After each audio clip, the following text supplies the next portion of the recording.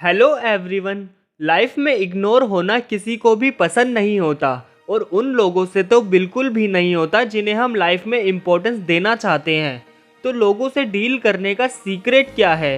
Human nature में एक कमाल की बात होती है कि हमारे इमोशंस ट्रांसफ़र हो जाते हैं। जैसे मान लो आपके बर्थडे पर आपको कोई गिफ्ट देता है तो आपको भी उसके बर्थडे पर गिफ्ट देने की फीलिंग आएगी, या आपको देखकर कोई स्माइल करेगा तो आप भी उसे देखकर स्माइल करोगे, या फिर आपको कोई बुरा भला कहेगा तो बदले में आपको भी उसे बुरा भला कहने की फीलिंग आएगी। तो लोगों से डील करने का सबसे अच्छा तरीका भी यही है कि पहले लोगों के लिए वो करना जो वो चाहते हैं, जिससे बहुत ज़्यादा चांस है कि लोगों के मन में भी फील आएगा आपके लिए वो करने का जो आप चाहते हैं। पर लोग आखिर चाहते क्या हैं? एक अच्छी हेल्थ, अच्छा खाना, या फिर अच्छी नींद, बहुत सा पैसा, या एंटरटेनमेंट, या फिर सेक्सुअल ग्रेटिफिकेशन।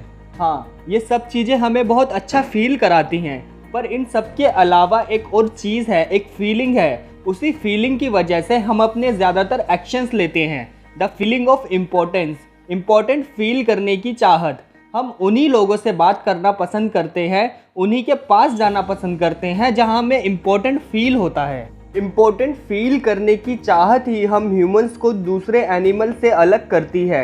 इसी फीलिंग ऑफ इम्पोर्टेंस ने एक अनएजुकेटेड ग्रोसरी क्लर्क को लीड किया था कुछ लो बुक्स पढ़ने के लिए। उस क्लर्क का नाम था मिस्टर अब्राहम लिंकन। इसी फीलिंग ऑफ इम्पोर्टेंस की वजह से मिस्टर चार्ल्स डिकेंस ने अपनी इमोर्टल नॉवेल्स लिखी।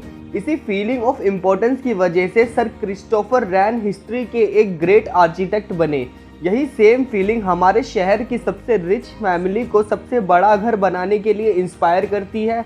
यही सेम फीलिंग हमें लेटेस्ट फैशन के कपड़े पहनने के लिए इंस्पायर करती है।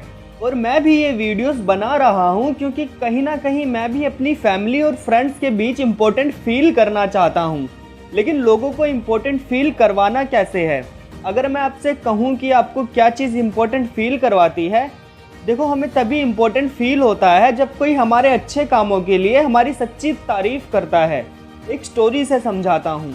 इन अमेरिका बात तब की है जब कोई इनकम टैक्स नहीं था। एक नॉर्मल पर्सन हफ्ते के कुछ $51 तक की अर्निंग कर लेते थे, और वहीं चार्ल्स श्वाब की अर्निंग सालाना $1 मिलियन से भी ज़्यादा थी। मतलब कि एक दिन की अर्निंग लगभग $3000 के आसपास। चार्ल्स श्वाब यूनाइटेड स्टेट्स की स्टील कंपनी के प्रेसिडेंट थे। तो उनकी इतनी ज़्यादा अर्निंग क्यों थी?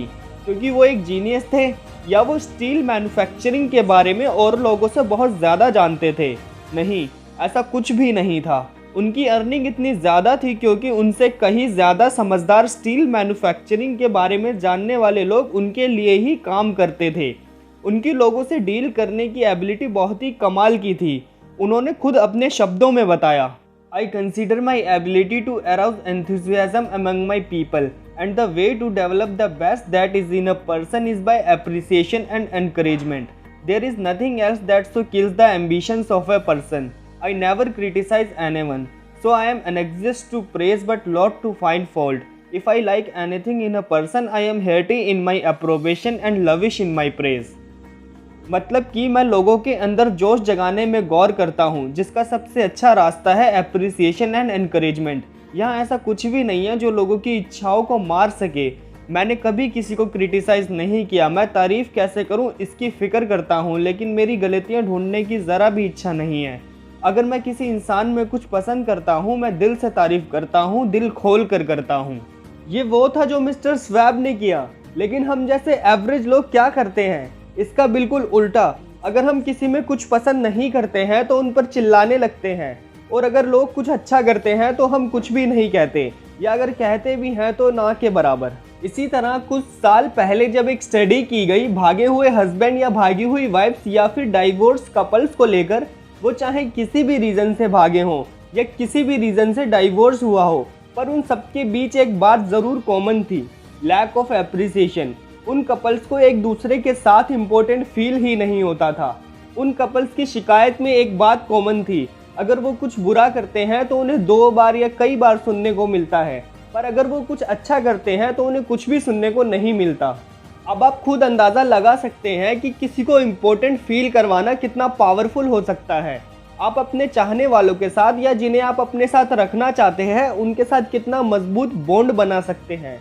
एक आखिरी बात, किसी भी रीज़न से कभी किसी की झूठी तारीफ मत करना। आप अगर किसी की झूठी तारीफ करेंगे तो उन्हें पता चल जाएगा, क्योंकि सबको पता होता है कौन कितने पानी में है। आप किसी को इम्पोर्टेंट फील करवा सकते हैं एक ट्रू अप्रिसिएशन देके। सब्सक्राइब करना अगर ये वीडियो आपको काम की लगी हो तो। बाकी at the end, thanks for watching.